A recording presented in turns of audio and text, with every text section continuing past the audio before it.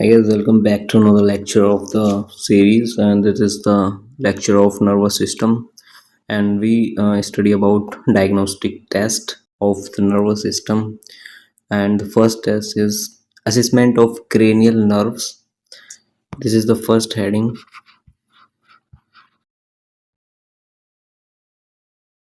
Assessment of cranial nerves.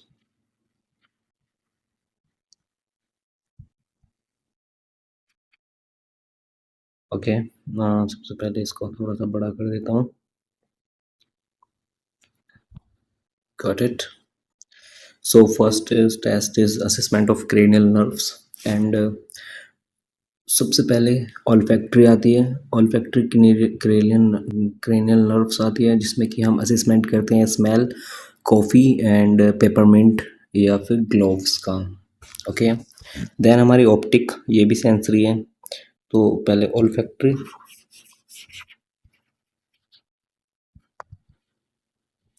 Olfactory sensory है और इसमें असेसमेंट करते हैं स्मेल के थ्रू और coffee, peppermint. Okay. And gloves. Next optic. Optic nerve और ये भी सेंसरी है, एंड इसमें हम विजुअल एक्टिविटीज़ को असिस्ट करते हैं.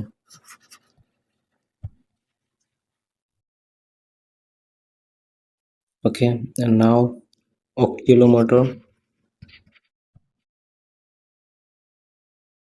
ओक्यूलोमोटर में हम मोटर एंड सेंसरी दोनों को असिस्ट करते हैं.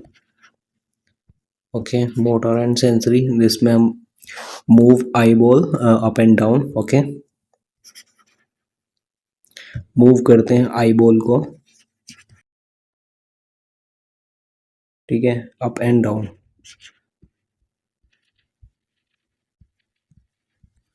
देन इसके बाद हम क्या करते हैं, ट्रोकुलर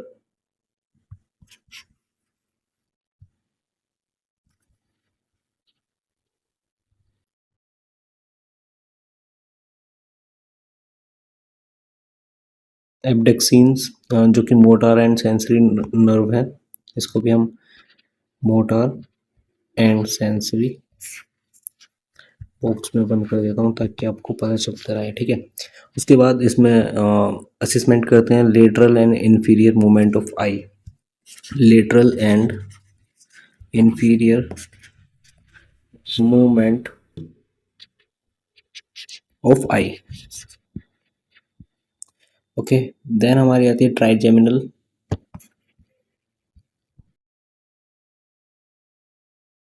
ट्राइजेमिनल में हम असिस्ट करते हैं कॉर्नियल रिफ्लेक्स.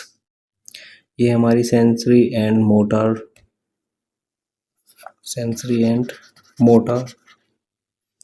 और इसमें हम असिस्ट करते हैं कॉर्नियल रिफ्लेक्स.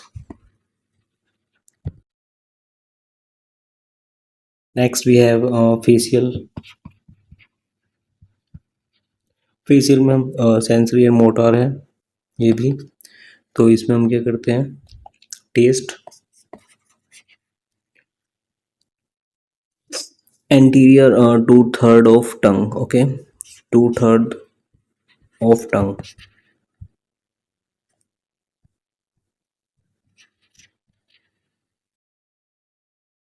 ठीक है. Next we have वेस्टिबुलोकुलर.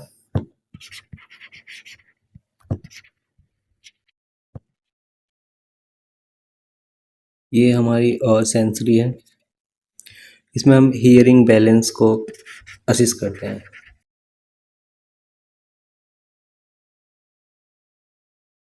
Okay. Next we have glossopharyngeal.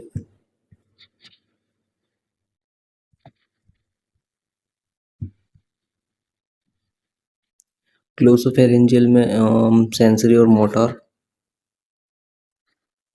And इसमें हम स्वेलोइंग और taste posterior 1/3 of the tongue.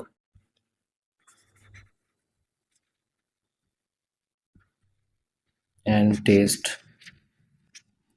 Okay, one third posterior. Next हमारी वेगस नर्व आती है। ओके, वेगस में हम सेंसरी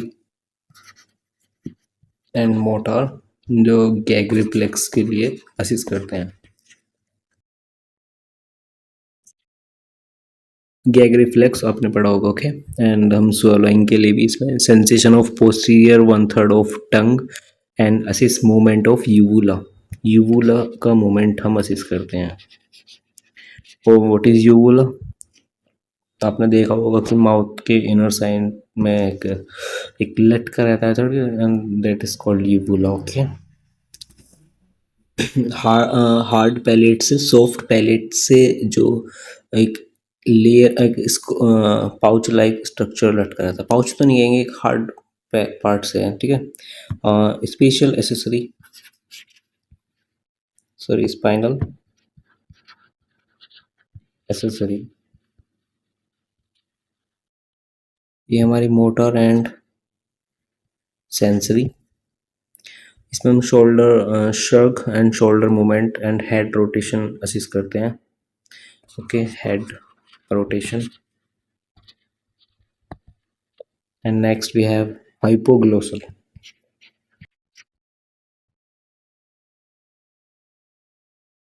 इसमें motor and sensory tongue movement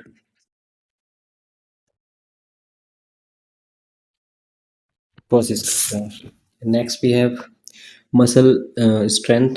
तो इसके इसमें हम एक स्कोर प्रोवाइड करते हैं जिसके बिहाफ पे हम इसको मेज़र करते हैं या असिस्ट करते हैं। तो muscle strength is scored as follows. तो हम 5 स्कोर देते हैं, तो हमारा पता चलता है कि नॉर्मल मसल स्ट्रेंथ है,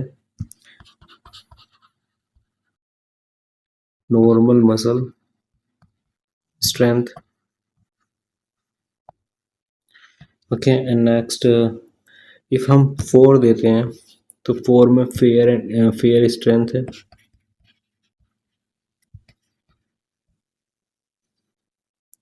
ठीक है, उसके बाद हम 3 प्रोवाइड करते हैं तो just sufficient strength.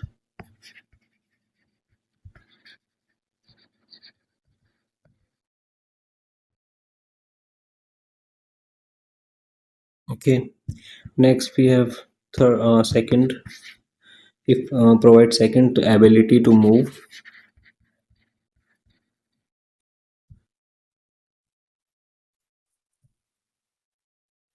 ability to move along with along the surface, but not to overcome the force of gravity. Okay,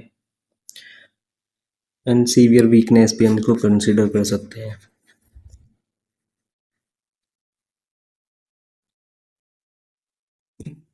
next we have, अगर हम 1 देते हैं तो मिनिमल कॉन्ट्रैक्टाइल पावर रह जाती है इसमें, बहुत ही ज़्यादा वेरी सीवियर इसको हम कह सकते हैं। And next we have 0। तो ये कंप्लीट पैरालिसिस को इंडिकेट करता है। तो ये सब हम स्कोर के बिहाफ पे मसल की स्ट्रेंथ को स्कोर करते हैं, एंड ये कंप्लीट पैरालिसिस हो जाता है अगर हम स्कोर 0 आता है। Okay, next we have neurological balance heading.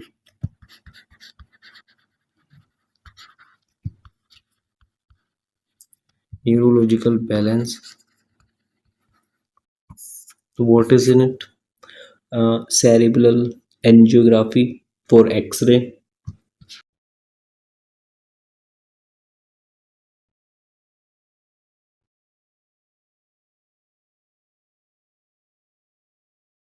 cerebral angiography for x-ray study for the cerebral circulation with the help of a dye injected into selected arteries. Okay, this is a valuable test for find out aneurysm and venous malformation. Okay, and then second test is myelography.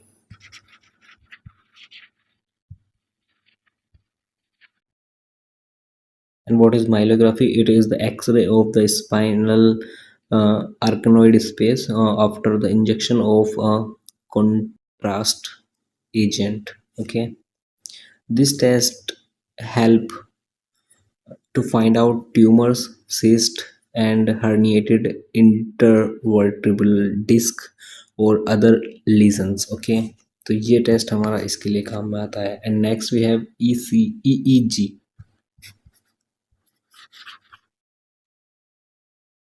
Electro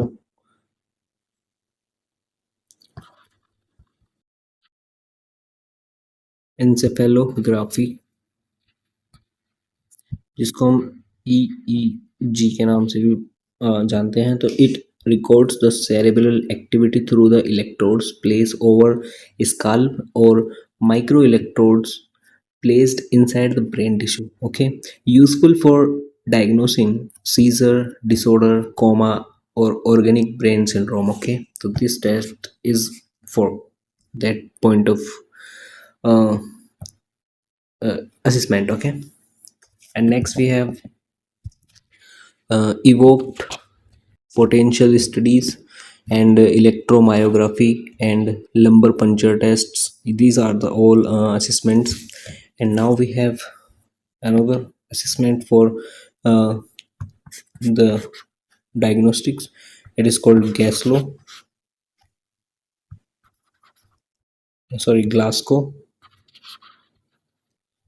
coma scale, इसको हम बोलते हैं GCS. Okay, so the Glasgow coma scale is the most common scoring system used to describe the level of consciousness in a person following a traumatic brain injury. एक brain injury के दौरान अगर हमको इस ये मोस्ट कॉमन स्कोरिंग सिस्टम है जिसको हम यूज़ करते हैं कि कितना लेवल ऑफ कॉन्शियसनेस उसमें बचा है अगर कोई भी एक ब्रेन ट्रॉमेटिक इंजरी वगैरह हो सकती है. तो गैस्लो कोमा स्केल्स को पढ़ते हैं. सबसे पहले हम रिस्पॉन्स चेक करते हैं कितना है और स्कोर करते हैं इसमें. ओके, सो नाउ अगर हम बिहेवियर और रिस्पॉन्स और स्कोर की बात करें तो यहाँ पे सबसे पहले आई ओपनिंग में कितना वो होता है, आई ओपनिंग रिस्पॉन्स कितना है. ठीक है, तो स्पॉन्टेनियसली है तो 4 नंबर देंगे. एंड टू स्पीच है तो 3, एंड टू पेन है तो 2, एंड नो रिस्पॉन्स तो 1 स्कोर देंगे. ओके, तो यहाँ पे हम 4 3 2 1 के हिसाब से देंगे. जैसे भी स्पॉन्टेनियस रिस्पॉन्स आएगा आई ओपनिंग का तो हम 4 नंबर दे देंगे. Okay, next we have best verbal response.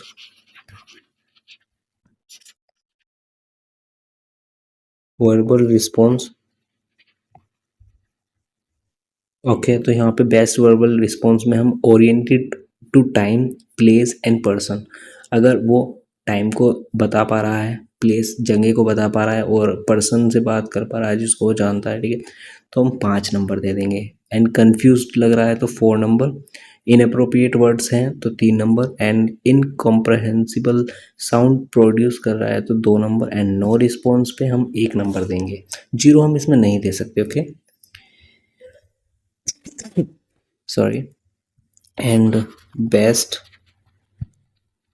Motor response को हम किस तरीके से कंसिडर करेंगे ये भी देख लेते हैं. तो ओबेस कमांड, अगर बेस्ट मोटर रिस्पॉन्स में ओबेस कमांड एकदम दे रहा है तो 6 नंबर देंगे. And move to localise pain तो then 5 number. And flexion withdrawal from pain then 4 number. And next we have abnormal flexion कर रहा है तो 3 नंबर. एबनॉर्मल एक्सटेंशन कर रहा है तो 2 नंबर. एंड नो रिस्पॉन्स पे हम 1 नंबर देंगे. एंड टोटल स्कोर को हम बात करें तो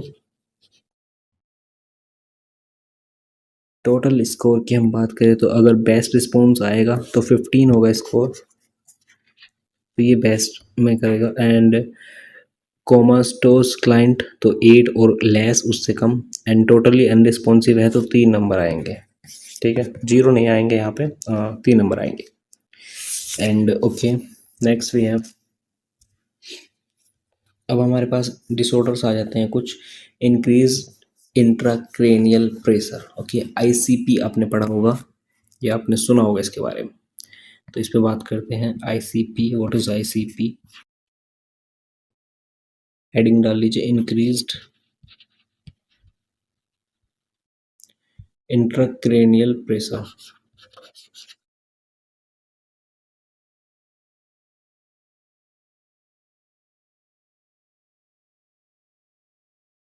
ठीक है,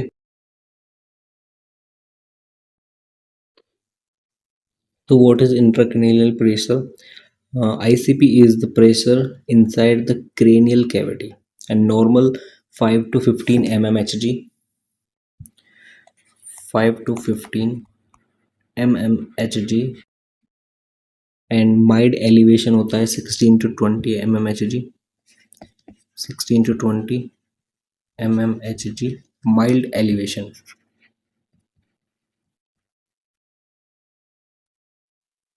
Okay, then we have moderate elevation.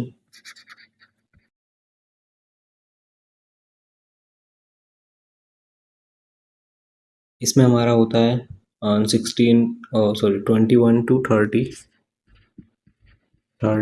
mmHg. And next we have elevation severe elevation, that is 20 sorry more than 30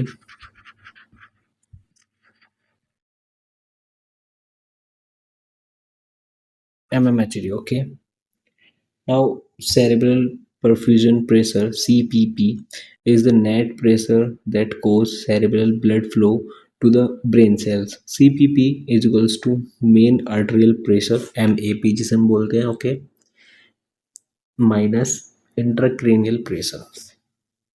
तो अगर सीपीपी फाइंड करना है आपको तो ये फॉर्मूला लगेगा MAP minus ICP. Okay, this is the formula. इसमें हमारा normal range of CPP is 70 to 100 mmHg निकल के आ जाएगी। नॉर्मल रेंज कितनी है, दैट इज 70 माइनस, माइनस नहीं है, 70 से लेके 100 mmHg। ओके, नेक्स्ट कोजेस क्या आते हैं इसके, तो कोजेस आए सेरेब्रल एडिमा हो जाना। अगर हम कोजेस की बात करें तो कोजेस में हमारा सेरेब्रल एडिमा हो जाना एंड इंट्राक्रेनियल और सब अर्कनोइड ब्लीडिंग हो जाना, brain tumour, interstitial cerebral oedema,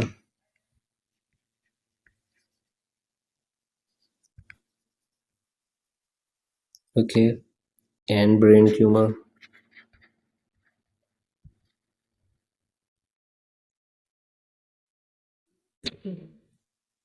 next जो मैंने आपको बताया ये सब ठीक है, देन साइन एंड सिम्टम्स की बात कर लेते हैं। साइन एंड सिम्टम्स मीन्स आप किस तरीके से पहचानेंगे, तो कौन से साइंस आएंगे और कौन से सिम्टम्स शो होंगे। तो altered loss of consciousness is usually the earliest sign of increased ICP. Increased ICP का सबसे पहला साइन जो होता है वो अल्टर्ड होता है लॉस ऑफ कॉन्शियसनेस, मतलब अपनी कॉन्शियसनेस को वो खो देता है या लॉस कर देता है, ठीक है। तो इसमें हम लिख लेंगे loss of consciousness.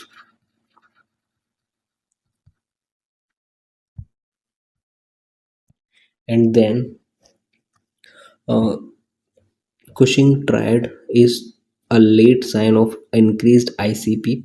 It includes bradypnea, bradycardia, and hypertension. Okay, partial और complete loss of sensory और motor functions may occur. ये भी हमारा एक sign and symptoms है। And complication of increased ICP include brain stem herniation, diabetic insipidus, and syndrome of inappropriate antidiuretic hormone SIADH जो मैंने आपको पहले पढ़ा दिया है, ठीक है।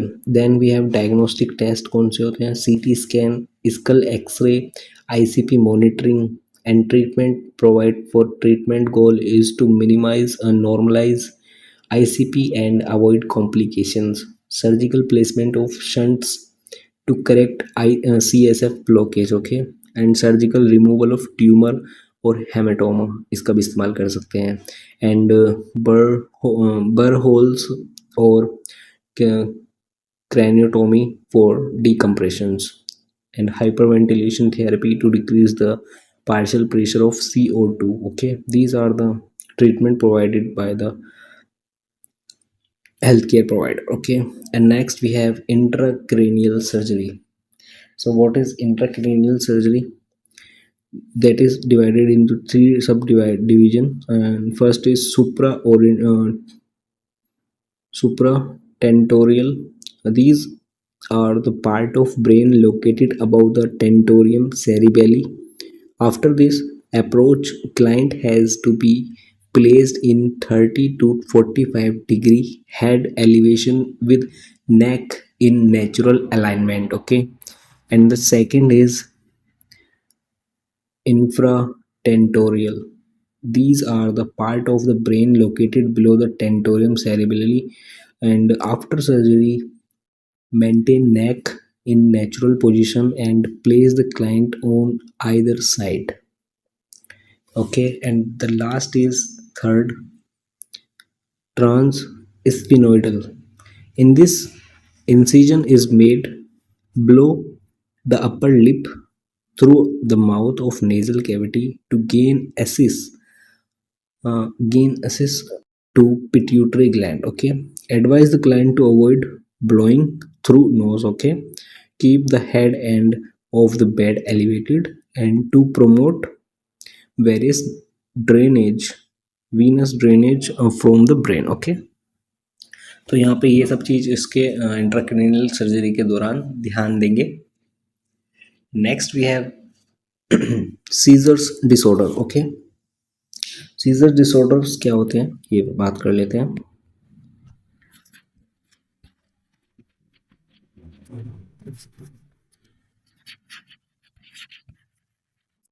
So what is seizures disorder? A seizure is a sudden disruption of the brain's normal electrical activity accompanied by altered consciousness and or other neurological and behavioral manifestations. Okay, तो एक सीजर को कैसे डिफाइन करते हैं? अगर body में sudden disruption हो जाता है, ब्रेन का नॉर्मल इलेक्ट्रिकल एक्टिविटी एकम्पेंड हो जाती है, एल्टर्ड हो जाती है, मतलब परेशान सा हो जाता है एकदम. ठीक है, कॉन्शियसनेस खो देता है. ठीक है, and neurological behaviour and manifestations के शो होने लग जाते हैं, तो उसको हम सीजर्स कंसिडर करते हैं. इसमें हम एक एपिलेप्सी पढ़ेंगे. Epilepsy is a condition characterized by recurrent seizure that में इंक्लूड रिपीटेटिव, यहाँ पे ध्यान रखना, repetitive muscle jerking called convulsion. Epilepsy एक कंडीशन होती है जिसमें रिपीटेटिव कन्वर्जन आने के चांसेस रहते हैं, या फिर जर्किंग मसल होती है, तो उसको हम रिपीटेटिव इंक्लूडेड करते हैं रिकरेंट सीजर में. Okay, that is called epilepsy.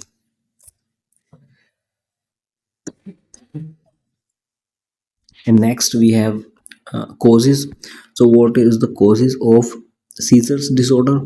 तो इलेक्ट्रोलाइट इम्बैलेंस हो जाना causes की बात कर लेते हैं. तो electrolyte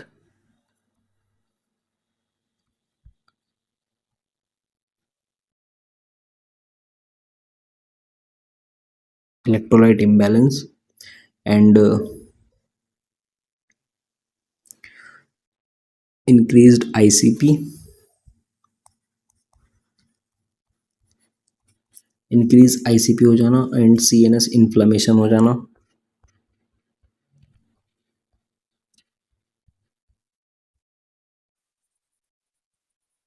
Okay, these are the conditions that can arise seizure disorder. And types की बात कर लेते हैं. तो टाइप्स में सीजर्स के टाइप्स आते हैं.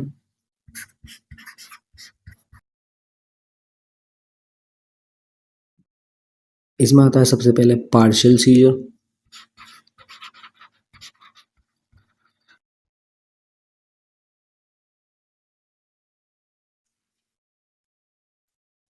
So partial seizure involve a part of the brain that can be simple partial seizure, complex partial seizure. तो इसमें सबसे पहले सिंपल एंड कॉम्प्लेक्स. सिंपल में बात करें तो सिंपल पार्शियल सीजर्स में क्या होता है? सिम्टम्स में include involuntary twitching of the muscle or arm or leg, and change in vision, vertigo, and having unusual taste or smells. That person does not lose consciousness. इसमें person जो है consciousness loose नहीं करता है, बल्कि इसको बस थोड़ा सा स्मेल, टेस्ट और विजन में प्रॉब्लम आती है. Okay, and then we have complex partial seizure. Symptoms में be like those of partial seizure. Okay, but the person does not lose awareness of a time. इसमें टाइम की awareness नहीं खोता है, बाकी सब खो देता है. Okay, next we have generalised. इसका second part types generalised scissor.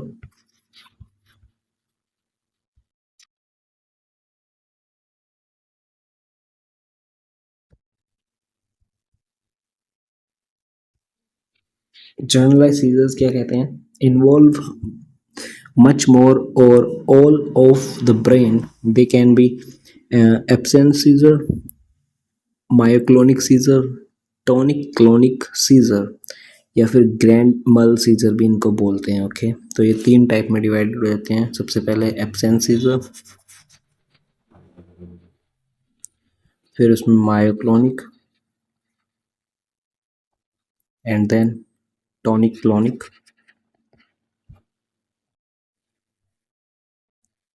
Seizures. Diagnosis की बात करें तो मेडिकल हिस्ट्री इसमें सबसे पहले कंसिडर करेंगे, फिर neurological examination, CT scan, cerebral angiography, EEG, electroencephalography and MRI. Okay, treatment की बात करें तो anticonvulsant, example carbamazepine, sodium valproate. If brain tumour is involve तो it should be a surgical remove. Okay, key nursing intervention हम provide करेंगे, prevent injury and do not force tongue blade during an episode of seizure. Okay, loosen tight clothes, and if possible place the client on the side of which prevents falling back of tongue, and to facilitate drainage of secretions. Okay, and next we have stroke. What is stroke?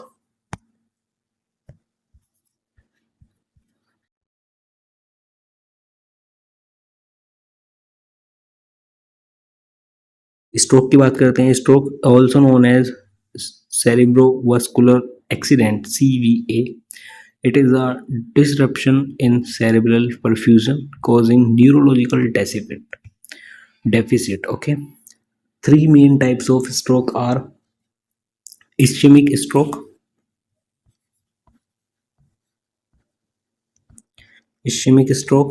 and hemorrhagic stroke.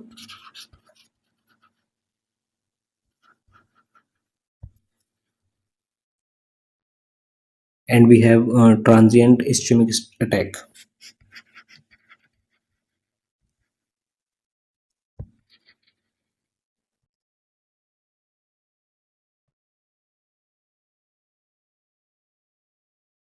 Okay, तो सबसे पहले करेंगे हम बात ischaemic stroke की. तो it happens when the artery that supply blood to the brain is blocked. Okay, blood clot या फिर थ्रोम्बस बन जाता है उसमें, तो वो क्या करता है, कोजिस करता है ब्लॉकेज को. ओके, ब्लॉकेज उसकी वजह से ही होती है, अगर ब्लड क्लॉट बन जाता है या थ्रोम्बस बन जाता है. ओके, तो फर्स्ट टाइप हमारा उससे हो जाता है ischaemic stroke. Okay, and second is hemorrhagic stroke. So an artery is in the brain ruptures or leak blood. अगर ब्लड लीक हो रहा है आर्टरी में से, तो high blood pressure and aneurysm are the common causes. Okay, and then third, what is third? Transient ischemic attack या फिर mini stroke इसे हम बोलते हैं.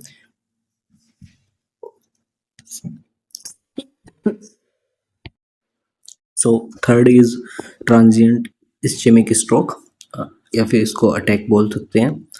तो इसमें क्या होता है, blood flow is into the brain is blocked for a short time, not more than 5 minutes.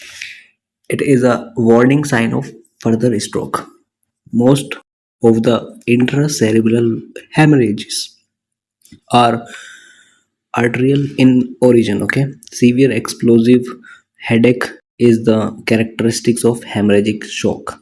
Sign and symptoms की बात करें तो depends on the affect artery and severity of the damage. Most sign and symptoms: hemiplegia, hemi hemiparesis, okay, and paraplegia, quadriplegia, ataxia. These are the sign and symptoms. And communication disturbances on dysarthria, dysphasia or aphasia, expressive aphasia, receptive aphasia, apraxia. These are the sign and symptoms and disturbances occur in this condition. And treatment provided: anticoagulant are contraindicated in the patient with hemorrhagic stroke, okay, but useful in non-hemorrhagic stroke, okay. And the only fibrolytic agents that has been shown benefit in selected patient with acute ischemic stroke in the tissue: plasmocene plasmogen activator, TPA, okay. And surgical evacuation of clot or hematoma relieved increased ICP, okay. Next we have head injury. इसके बारे में बहुत पढ़ लिया stroke के बारे में. Next we have head injury. तो हेडिंग डालो हेड इंजरी की.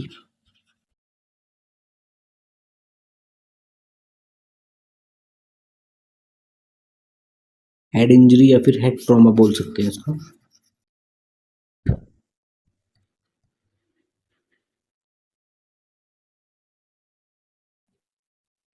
इसमें क्या होता है? हेड इंजरी या head trauma refer to any trauma to scalp, skull और ब्रेन. ब्रेन या फिर स्कल या फिर स्काल्प में कुछ भी ऐसा ट्रॉमा या इंजरी हो जाना, उसको हम हेड इंजरी या हेड ट्रॉमा बोलते हैं. Head trauma may be ranging from minor bruises to the traumatic brain injury, okay. Types of head injury and head trauma, तो उसमें कितने आते हैं? Primary injuries and secondary injuries. Primary injuries में हमारा concussion, contusion and laceration. These are the primary injuries.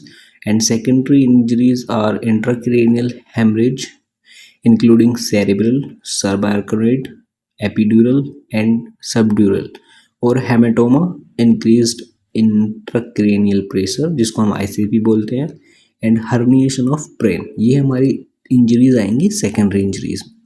Primary में आपको पता चल गया कौन कौन से आएंगी,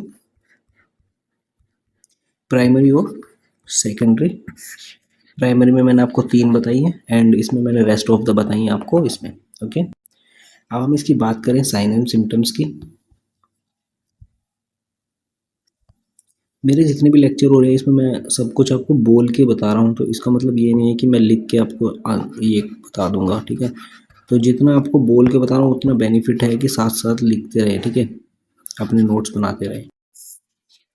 साइन एंड सिम्टम्स की बात करें तो loss of consciousness and increase ICP, motor and sensory changes, seizures आ सकते हैं, फ्रिक्वेंटली सोलाइन एंड रिनोरिया हो सकता है एंड ओटोरिया हो सकता है, may be manifest if CSF leakage occur, okay. And bulging fontanelle and increase the head of circumference is the first sign of ICP in infant, okay.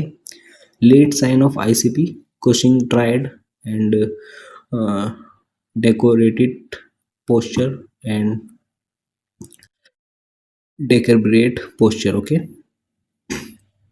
These are the signs. and diagnostic test कौन से होते हैं इसमें? School x ray होता है, CT scan, MRI, lumbar puncture, cerebral angiography and EEG, okay. Next treatment की बात करें तो इसमें डायग्नोसिस हो गया. ट्रीटमेंट की बात करते हैं.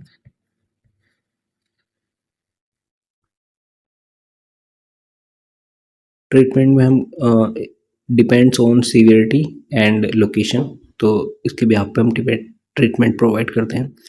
तो drug therapy for ICP, increase ICP को हम ड्रग थेरेपी से ट्रीट कर लेंगे. Intubation and mechanical ventilation and invasive haemodynamic monitoring. invasive ICP monitoring, and don't allow patient to flex the neck or hip. Avoid Trendelberg position. Okay.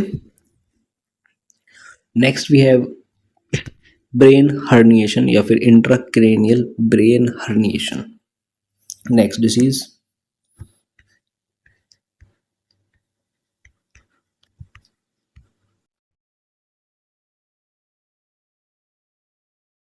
ठीक है, या फिर इसको बोलते हैं इंट्राक्रेनियल.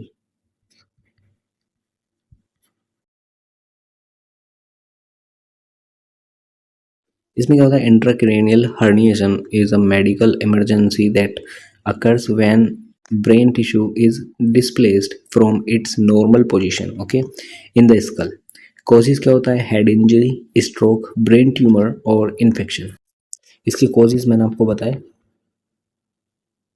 ये सब इसके कॉज हो सकते हैं. एंड कॉमन सिम्टम्स इसमें देखने को मिलते हैं.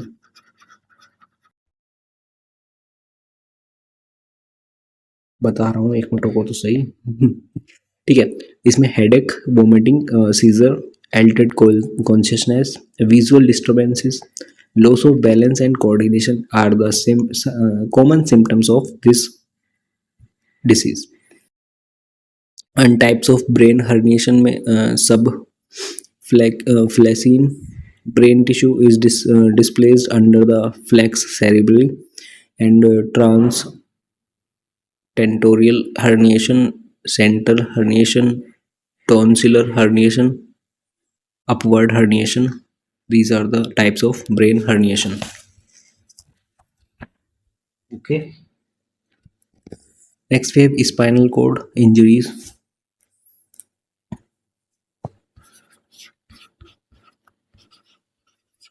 Spinal cord injuries.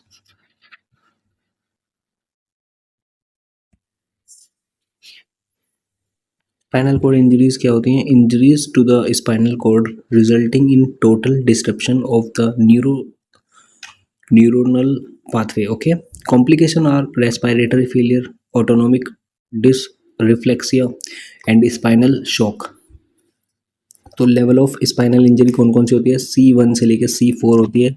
तो loss of respiratory function and quadriplegia होता है इफ C1 से C4 होती है.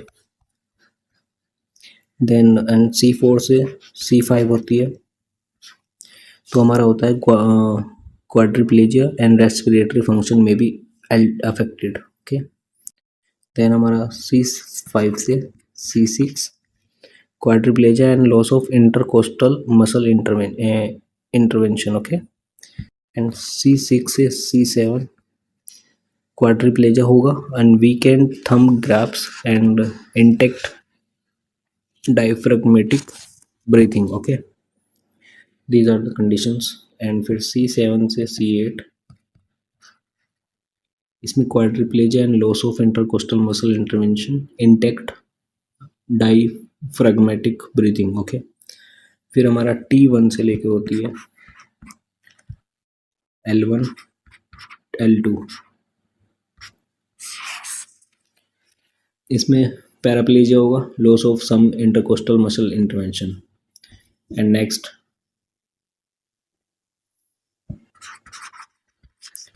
काउडा, यूपीनिया, इक्विपिनिया, इक्यूनिया. ओके, क्या थोड़ा प्रोनाउंसिएशन में दिक्कत होता है कभी कभी. Loss of sensory and motor function होगा इसमें, loss of bladder and bowel function होगा, लॉस ऑफ सेक्सुअल फंक्शन होगा. एंड लास्ट यहाँ लिख देता हूँ, sacral spinal nerve.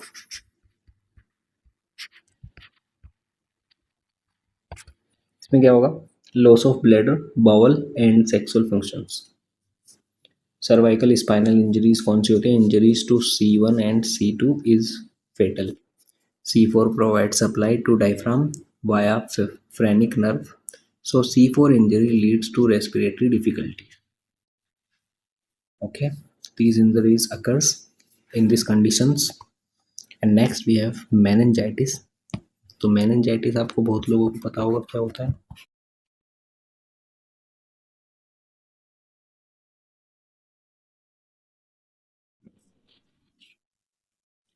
Meningitis, it is the inflammation of meninges, that is the covering of brain and spinal cord.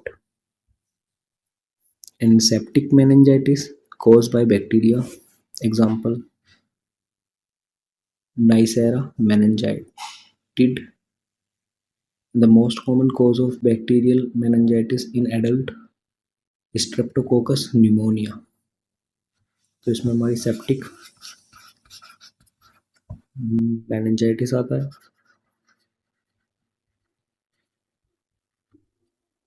And next आता है हमारे पास एसेप्टिक meningitis.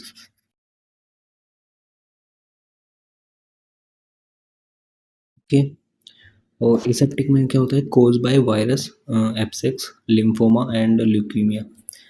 इसकी मैनिफेस्टेशन की बात करें यानी कि साइन एंड सिम्टम्स की, तो इसमें आते हैं हमारे fever, headache and nuchal, rigidity, ये अर्ली साइन होता है. And photophobia are the some of the manifestations. फिर आता है Kernig sign, when patient lies in supine position and legs flexed to abdomen, the legs cannot extend. तो ये Corning sign होता है. And B second is Brudzinski jinx sign, when patient need neck is flexed, flexion of knee and hips also occur. Okay. Transmission of meningitis is via droplet and direct contact. तो ये transmission होता है इसका. Isolation is priority in case of a client with meningitis. Okay. And next we have